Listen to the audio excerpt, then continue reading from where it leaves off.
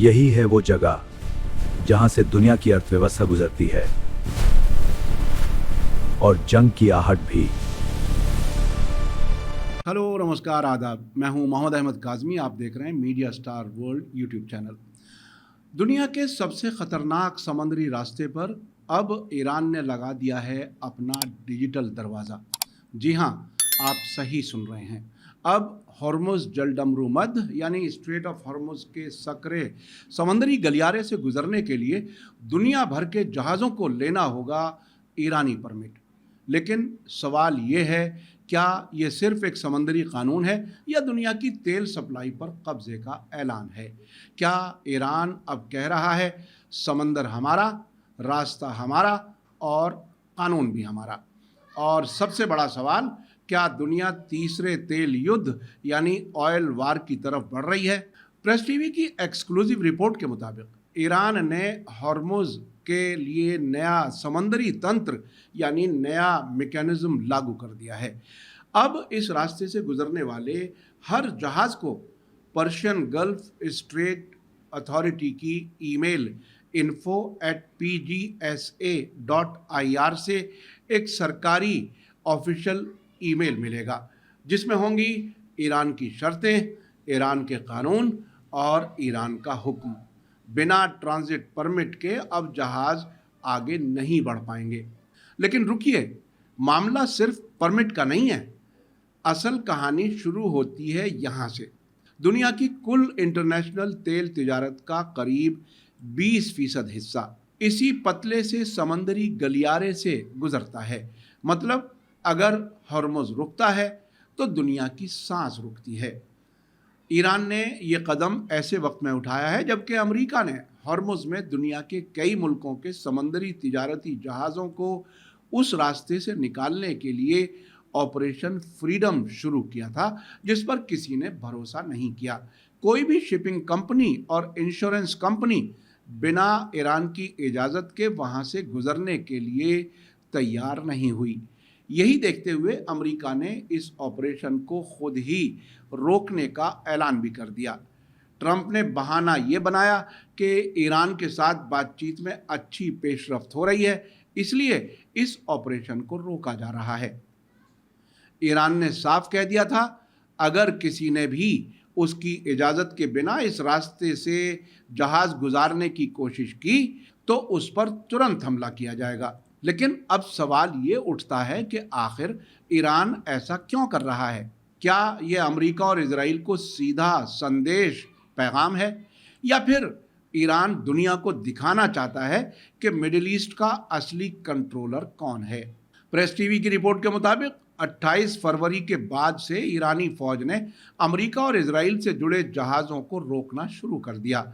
Iran का दावा है कि अमेरिका और इजराइल ने जंगबंदी की शर्तें तोड़ी हैं और उसके बाद तेहरान ने फिर से हॉर्मुज़ पर सख्त कंट्रोल लागू कर दिया। यानी पहले समझौता, फिर भरोसा, फिर इल्ज़ाम और अब समंदरी घेराबंदी। लेकिन सबसे बड़ा डर यहाँ है, अगर ईरान किसी अमेरिकी जहाज़ को रोक देता है तो क्या होगा? क्या अमेरिका चुप बैठेगा या फिर फारस की खाड़ी अगला मैदान जंग बन जाएगी? 2 दिन पहले सोमवार मंडे को तनाव और बढ़ गया जब ईरानी नौसेना ने अमेरिकी विध्वंसक जहाज़ों यानी डेस्ट्रॉयर्स जंगी बेड़ों के पास मिसाइलें और ड्रोन दागे। ईरान का कहना है कि अमेरिकी जहाज़ों ने बार बार वार्निंग को नज़रअंदाज किया है। ध्यान दीजिए, ये सिर्फ वार्निंग नहीं थी, ये एक डेमोन्स्ट्रेशन और ताकत का दिखाना था। ईरान दुनिया को बता रहा है कि अब हॉर्मुज़ में आखिरी फैसला तेहरान करेगा। और अब कहानी में आता है सबसे बड़ा ट्विस्ट। ईरानी पार्लियामेंट में एक नया मसौदा कानून तैयार हो रहा है, जिसके तहत इजराइल से जुड़े किसी भी जहाज़ पर पूरी तरह पाबंदी लगाई जा सकती है, जबकि अमेरिका और उसके दोस्त मुल्कों के जहाज़ों पर सख्त पाबंदियां लगेंगी। साथ ही दूसरे मुल्कों के जहाज़ों से टोल टैक्स भी लिया जाएगा। यानी क्या ईरान अब समंदर पर टैक्स वसूलेगा? क्या दुनिया को तेल चाहिए तो ईरान की शर्तें माननी होंगी? और अगर ऐसा हुआ तो क्या तेल की कीमतें काफ़ी हद तक बढ़ जाएंगी? ईरान के जरिए हॉर्मुज़ पर नए कानून लगाए जाने के बारे में हमने सीनियर जर्नलिस्ट जॉन दयाल से बात की। वो अमेरिका की सियासत और वेस्ट एशिया के हालात को बहुत अच्छी तरह जानते हैं। वो इंटरनेशनल रिपोर्टर के तौर पर और कई जंगें कवर करने का गहरा तजर्बा रखते हैं।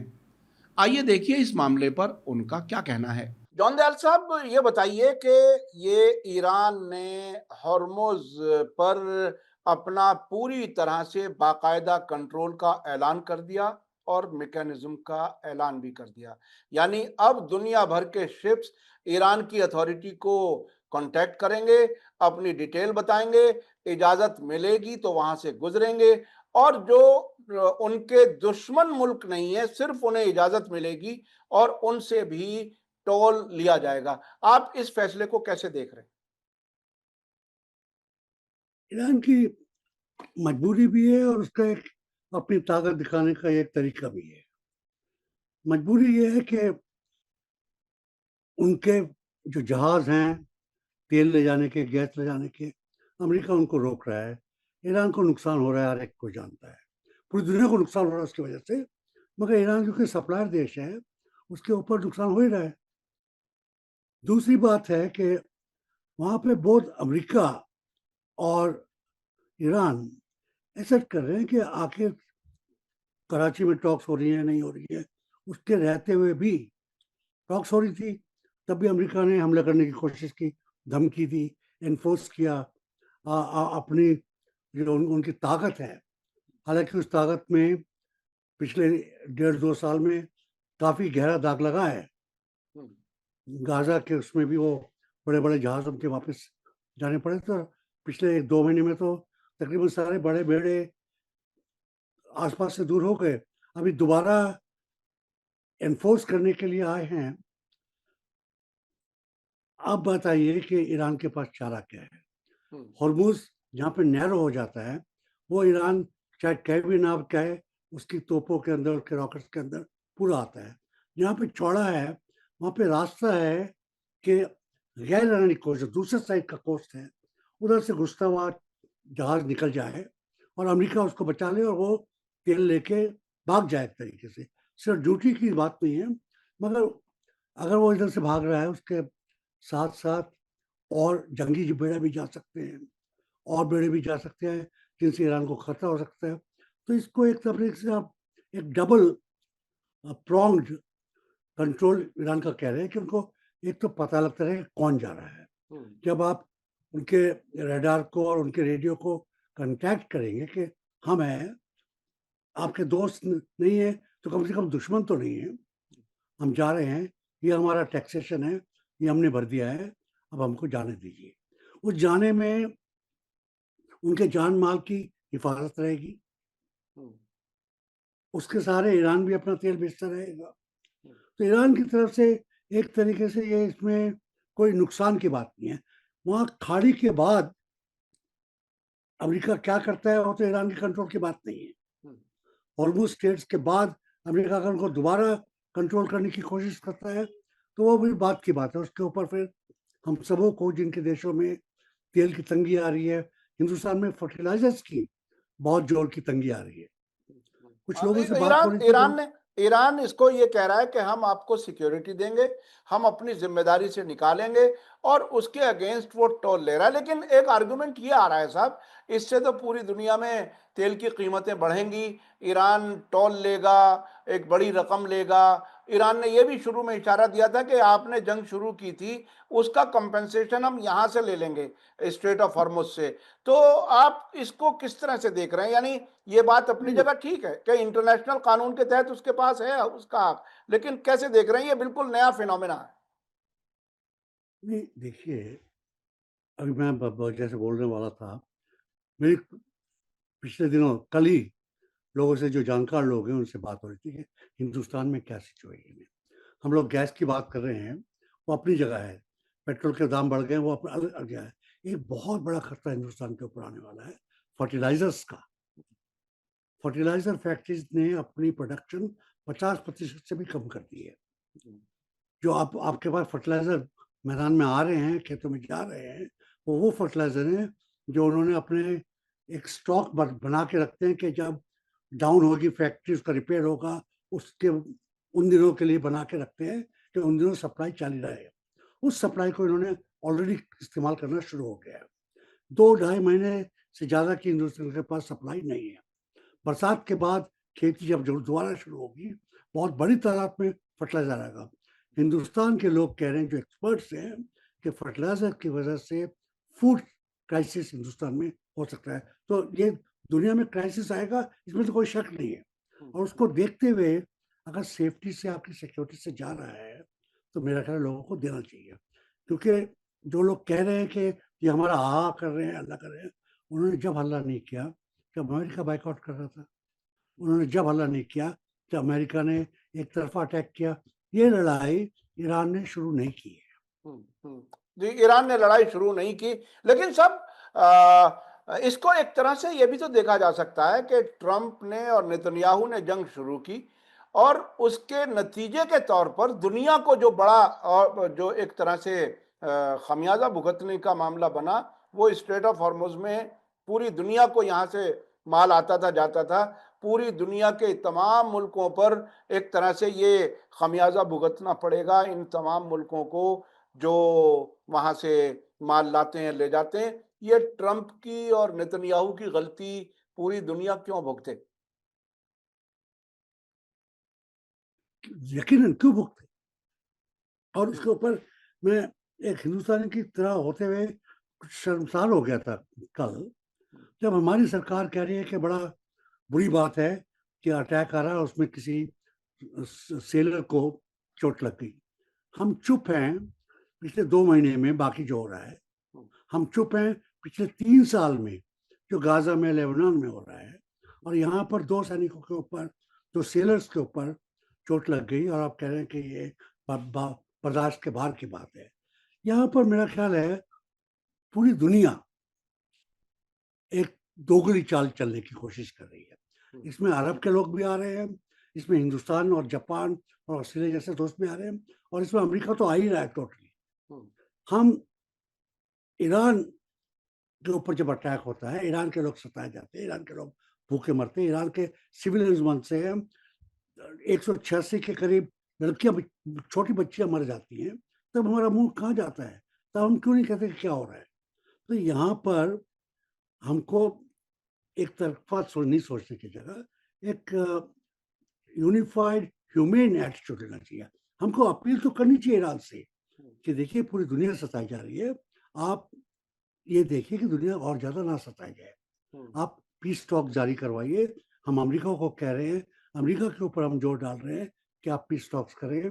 पाकिस्तान के ऊपर जोर डाल रहे हैं कि आप और थोड़ा फुर्ती दिखाएं। हम अपनी तरफ से पीस के लिए तैयार हो रहे हैं। क्या दुनिया के लोग ये आज कह सकते हैं किसी ईमानदारी से? यानी यानी आप ये कह रहे हैं कि पूरी दुनिया, जिसमें भारत भी शामिल है, जो मुसलसल जुल्म हो रहे थे, उसमें या तो जुड़े हुए थे इजराइल के साथ या खामोश थे। तो ये जो खामोशी थी या इजराइल को सपोर्ट था, वो उसके नतीजे में अब हमें खमियाजा भुगतना पड़ेगा इस टोल की शक्ल में। बाकी तो महंगाई जो कुछ हो रही है पूरी दुनिया बर्दाश्त कर रही है। अमेरिका में 50% तेल की कीमतें बढ़ गई हैं। इतना बुरा हाल हो चुका है पूरी दुनिया का, और ये तमाम ट्रंप और नेतन्याहू की गलतियों के नतीजे में है। आखिरी बात क्या कहना उनकी चाहेंगे गलतियां आप? नहीं है, उनकी गलतियां नहीं है, उनके गुनाह है। उनके गुनाह हैं, बेशक उनके गुनाह हैं, जिसकी वजह से पूरी दुनिया इस मुसीबत में शामिल हो गई और पूरी दुनिया के मुल्क खामोश रहे, जुल्म होता रहा। अब ईरान ने अगर कोई कदम उठाया है और वो इंटरनेशनल कानून के हिसाब से अपने आप को सही साबित कर रहा है, तो अब दुनिया को वो सब कुछ बर्दाश्त करना पड़ेगा। बहुत बहुत शुक्रिया जॉन दयाल साहब, आपने हमारा साथ दिया। बहुत बहुत शुक्रिया। देखिए, हॉर्मुज़ सिर्फ पानी का रास्ता नहीं है, ये दुनिया की अर्थव्यवस्था, इकोनॉमी की धड़कन है। सऊदी अरब, यूएई, कुवैत, इराक, इन सब का तेल इसी रास्ते से बाहर जाता है, और अगर यहाँ तनाव बढ़ता है तो असर दिल्ली से लेकर लंदन तक दिखाई देगा। लेकिन कुछ लोगों के जहन में अब भी ये सवाल है कि क्या ईरान सचमुच इतना बड़ा रिस्क ले सकता है? या फिर यह सिर्फ एक रणनीतिक स्ट्रेटेजिक दबाव है? मेरा समझना है कि आज तक ईरानी लीडर्स ने कोई झूठ नहीं बोला और ना ही इंटरनेशनल कानून की खिलाफ वर्जी की है। अब वो हॉर्मुज़ पर पूरा कंट्रोल रखेगा और दुनिया का कोई मुल्क ईरान को उसके हक से महरूम नहीं कर सकेगा। और जैसा कि सीनियर जर्नलिस्ट जॉन दयाल ने सही कहा है, अगर दुनिया लंबे वक्त तक जुल्म पर खामोश रही है तो इन सभी मुल्कों को अब खमियाजा भुगतना पड़ेगा। मीडिया स्टार वर्ल्ड के देखने वालों, इस वक्त दुनिया के बिल्कुल नए हालात हैं। एक तरफ अमेरिका की नेवी, दूसरी तरफ ईरान के ड्रोन और मिसाइलें, बीच में दुनिया का तेल और ऊपर मंडराता जंग का खतरा। हॉर्मुज़ अब सिर्फ समंदरी गलियारा नहीं, यह बन चुका है 21वीं सदी का सबसे धमाकेदार समंदरी मोर्चा। सवाल सिर्फ इतना नहीं है कि समंदर पर किसका कंट्रोल है, सवाल यह है कि क्या दुनिया एक नए तिजारती और फौजी तूफान की तरफ बढ़ रही है। मैं हूं मोहम्मद अहमद काज़मी, आप देख रहे हैं मीडिया स्टार वर्ल्ड। देखते रहिए क्योंकि खबर अभी बाकी है। आज का ये खास एपिसोड आपको कैसा लगा कमेंट्स में ज़रूर लिखें। इसी के साथ मुझे दीजिए इजाज़त। थैंक यू, धन्यवाद और शुक्रिया। हमारे चैनल मीडिया स्टार वर्ल्ड को सब्सक्राइब कीजिए और बेल आइकॉन दबाइए ताकि हमारी हर नई वीडियो का नोटिफिकेशन आपको सीधे मिलता रहे। अगर आपको हमारी खबरें पसंद आती हैं तो उन्हें अपने व्हाट्सएप, इंस्टाग्राम, फेसबुक और ट्विटर अकाउंट्स पर शेयर करना ना भूलिए ताकि और लोग भी हकीकत से वाकिफ हो सकें।